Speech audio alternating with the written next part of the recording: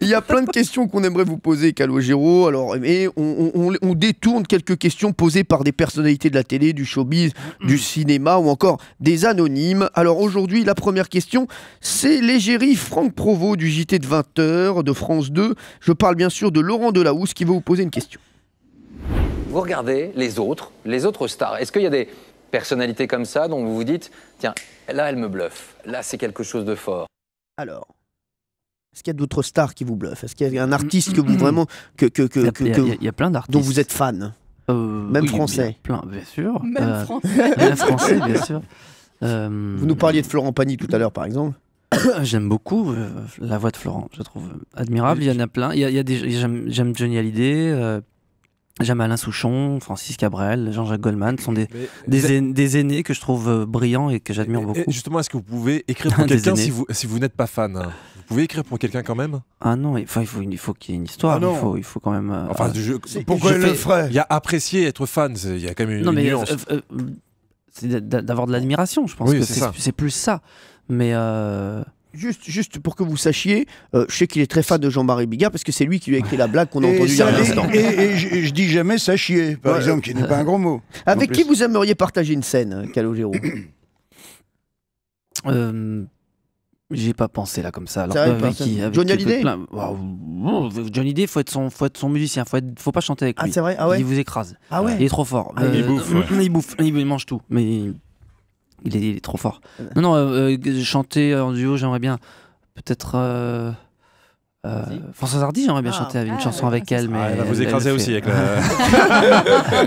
Allez, on passe à la deuxième question. À propos de bêtes de scène, c'est Nicolas Sirkis, le leader d'Indochine, qui a une question pour vous. C'est quoi ton cri de guerre avant de monter sur scène? Alors, est-ce que vous avez un cri de guerre? Est-ce que vous avez un gris-gris avant de monter sur scène? Un rituel? J'aime bien qu'il y ait du monde dans la loge. On va parfois, il y en a qui veulent s'isoler. Moi, j'aime bien, au contraire, qu'il y ait du mouvement. Vous êtes superstitieux? Vous avez des... Oui, mais c'est un petit peu, donc il faut faire attention avec ça, parce qu'on est vite avec des rituels un peu... Hein, des tocs, quoi. Ouais, des tocs, ça devient vite des tocs, en fait. Vous êtes tendu avant un show, mais ça va? Je suis tendu, mais une fois que je mets le pied sur la scène, je suis bien. Et vous commencez à vous préparer là physiquement pour Bercy? Vous avez un entraînement particulier? Toute l'année, je fais un peu de sport. Vous faites quoi, Calogero, comme sport? Je nage, je cours. Ah oui, c'est vrai. Voilà. Nagez, vous courez? Je nage, je cours. Vous risquez pas de nous voir, alors. Jean-Marie Bigard, vous avez un rituel avant de monter sur scène? J'ai tout un tas de rituels. C'est quoi? C'est-à-dire, je divise en fait mon track par autant de secondes qui me séparent de l'heure où je démarre. Je démarre à l'heure mes spectacles, avec 30 secondes de retard. 20h30, il faut que je sois au top. Donc voilà, à 5h30, je fais ma balance avec les gars. Je suis toujours avec eux. On essaye d'améliorer un petit truc. Et puis ensuite, c'est extrêmement précis. Je fais un petit peu de muscule de 7h à 7h20. Je retire mon froc à 25. À 32, on installe le micro. Ensuite, je chauffe ma voix. Je fais des trucs pour pas trop m'abîmer la voix. Surtout quand il y a un gros rythme ou 5 dates par semaine. Avec les zéniths et tout le bordel, c'est vite fait t'abîmer la voix. Et donc j'ai un rituel extrêmement précis, je fais mes prières, je fais une prière dans ma loge, après j'en fais 2 derrière le rideau ou sur l'arrière de la scène, et c'est extrêmement précis, j'ai pas le temps de faire tous ces petits trucs-là, et ça me permet d'oublier ce moment fatidique où je vais me retrouver à cracher mon venin. Et donc tu joues avec 2 heures de retard à chaque fois? Non, jamais. Il joue à 2h du matin. Justement, jamais. Jean-Luc Lemoyne, est-ce que vous avez un rituel? Ouais, j'embrasse un petit téléphone en métal. Voilà. Enfin non, oui, c'est en métal que m'avait offert Chantal Lobby. Ah d'accord. Voilà. C'est sympa ça. Merci en tout cas, très belle anecdote. Mais je peux faire beaucoup plus long si vous voulez. Voici la prochaine question pour Calogero. On a appris qu'il y avait de moins en moins de naissances en France, d'où la question de Brigitte, candidate du jeu Tourner Manège. Écoutez. Si les hommes pouvaient être enceints, accepterais-tu de porter un enfant? Alors Calogero.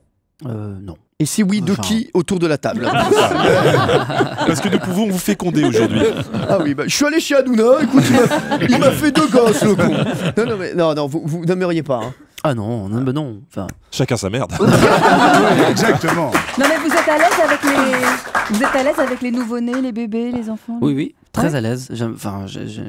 J'ai 3 enfants. Oui, c'est ça. Oui. Vous leur chantez quoi pour qu'ils s'endorment? Vous leur chantiez quoi? Bizarrement, je chante pas trop de chansons. Je leur fais beaucoup à manger. Je leur fais de la nourriture, beaucoup. La nourriture, pour moi, c'est un lien très fort pour l'éducation, plein de choses. Et c'est vrai qu'il est très très fort en cuisine, Calogero. Justement, c'est pour ça qu'on va vous interroger sur la cuisine, parce que je voulais vous parler cuisine, parce qu'il paraît que vous dites vous-même que vous êtes un genre de cuisinier punk. C'est ce que vous avez dit à l'Express en 2012. Ça veut dire quoi? Non, j'ai pas dit ça. J'ai dit que j'avais découvert des cuisiniers punk, une nouvelle génération de cuisiniers un peu tatoués à Paris qui sont très forts.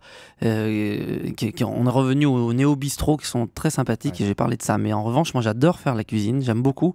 J'aime bien faire comme faisait à l'époque Lino Ventura, il faisait des pâtes à tous ses amis. Et moi je fais pareil, je fais des pasta parties. Et tout le monde mange debout comme ça. Et moi je reste au fourneau et ça me détend. Au moins on sait avec cette info qu'on n'est pas les amis de Calogero. Parce qu'il a dit qu'il faisait des pâtes à tous ses amis. Nous, quand on y est allé, il nous a fait une omelette. Donc voilà. Comme quoi ça veut dire. C'est quoi votre plat fétiche? C'est les pâtes? Ça c'est ce que je sais faire de mieux. Mais votre plat fétiche c'est quoi? C'est les pâtes de ma mère, les pâtes sauce tomate basilic. Tout simplement.